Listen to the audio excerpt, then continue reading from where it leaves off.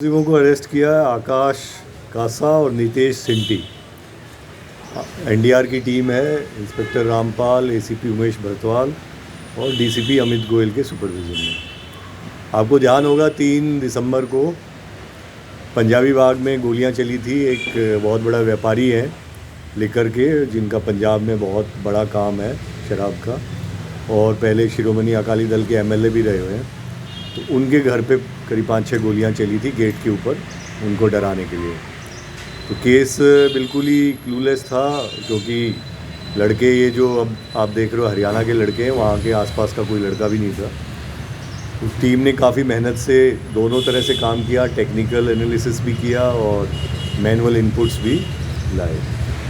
इसमें बेसिक जो पहले से आपको बताया गया है, कॉर्पोरेट स्टाइल में ये लोग गैंगस्टर्स काम कर रहे हैं। नए नए लड़कों को ये ढूंढते हैं, हरियाणा के लड़के हैं, राजस्थान के लड़के हैं, और उनको प्रॉमिस कर देते हैं कि तुमको गैंग में शामिल कर लेंगे और तुम्हारे को अच्छा हो जाएगा। अभी इनको कुछ भी पेमेंट नहीं हुआ था इन दोनों लड़कों को, जो आकाश है भटगांव सोनीपत का और नितेश सिंटी है भीकरा चरखी दादरी हरियाणा का। आकाश की उम्र 23 साल है, इस नितेश सिंटी की उम्र 19 साल है। आकाश बीए सेकेंड ईयर से ड्रॉप आउट हो गया 5 साल पहले, उसके बाद 3-4 केस में इन्वॉल्व हो गया, जेल में रहा वहाँ पे सोनीपत में, और फिर इस गैंग से जुड़ गया। नितेश सिंटी 12वीं में ही ड्रॉप आउट हो गया और इसको अपने गांव में कुछ इशू सेटल करने थे किसी और के साथ, तो उस चक्कर में इसने गैंग को ज्वाइन कर लिया। अब कहानी वही आती है कि सब जगह जो ऐप्स हैं वो इन्वॉल्व है, इंस्टाग्राम और ये जो सारे ऐप्स के थ्रू कोई फ्रेंड रिक्वेस्ट चली जाती है या किसी को फॉलो करने स्टार्ट कर देते हैं। इनको ये क्रेज़ है कि हम गैंग के मेंबर बन जाएंगे। वो कहते हैं पहले आप अपनी लॉयल्टी प्रूव करने के लिए 2-3 काम बताओ, करके दिखाओ। अब इस केस में भी इनको नहीं पता कहाँ पे गोली चल रही है, वो आदमी का प्रोफाइल क्या है, उससे कितना इन्होंने एक्सटॉर्शन मांगा हुआ है, कितने पैसे की डिमांड है, इनको कुछ नहीं पता है। They are merely foot soldiers कि तुमको ये एड्रेस दे दिया, ये लोकेशन दे दी, तुमको जाके गोली चलानी है। उससे पहले लॉजिस्टिक्स के लिए भी इनको ये नहीं पता कि मोटरसाइकिल किसने अरेंज की है, दोनों पिस्टल किसने अरेंज की है। इनको वारदात से पहले बोला गया कि भाई आप सोनीपत गोहाना रोड या मूर्थल गोहाना रोड पे चले जाओ, इतने माइलस्टोन के पास ये जगह होगी, पेड़ होगा, पत्थर होगा, ये उसकी फ़ोटोग्राफ है, वहाँ पे पिस्टल होगी, वो उठा के ले आना और इतने राउंड होंगे। इसी प्रकार जिस दिन ये वारदात करने आए 3 दिसंबर को मादीपुर मेट्रो स्टेशन से उतरोगे, वहाँ पे ये वाली मोटरसाइकिल है, इसकी फ़ोटो भेज रहे हैं। इस मोटरसाइकिल को आप उठा लेना, वहीं पे चाबी पास में रखी हुई है, छुपा के उस चाबी को स्टार्ट करके उस जगह पे चले जाना। एहतियात के तौर पे इतने लेयर्स ये यूज़ कर रहे हैं कि वहाँ जाने से पहले फिर ऑटो करोगे, ऑटो से फिर बीच में चेंज करोगे, वापसी में भी वारदात के बाद 500 मीटर के बाद ऑटो को छोड़ोगे, फिर दूसरा ऑटो करोगे, फिर तीसरा ऑटो करोगे, फिर बस करोगे, फिर मेट्रो करोगे, ताकि पुलिस भी जो है सीसीटीवी फुटेज खंगालती परेशान हो जाए, लेकिन कोई सुराग ना मिले।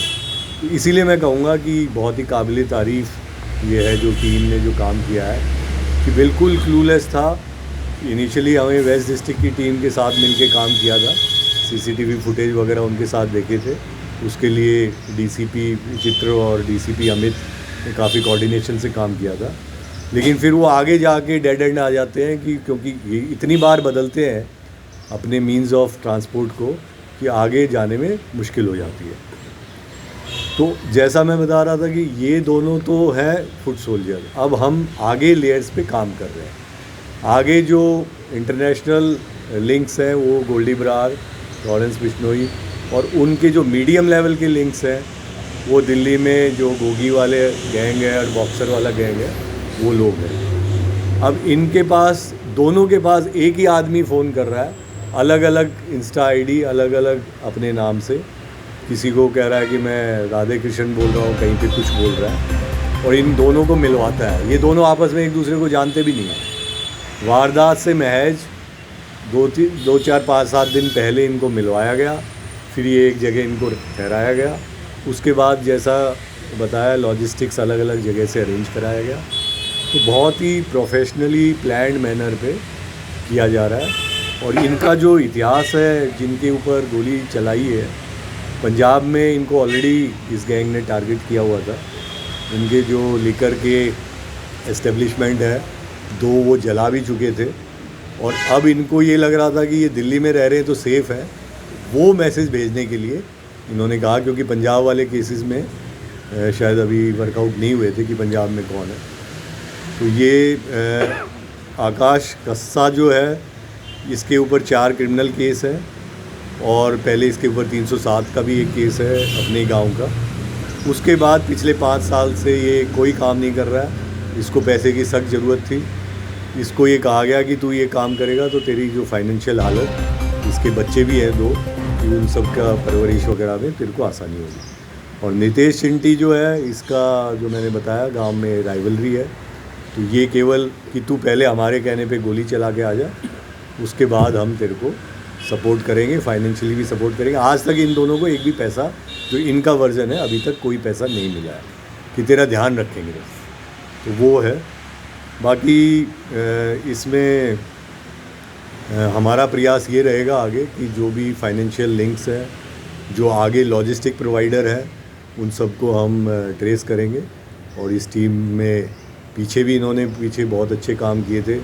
पीछे आपको ध्यान होगा इनके जिस तरह जो भी दिल्ली में 2-3 केस हुए थे लास्ट ईयर और इस ईयर, वो सब इस टीम ने सॉल्व किए हैं।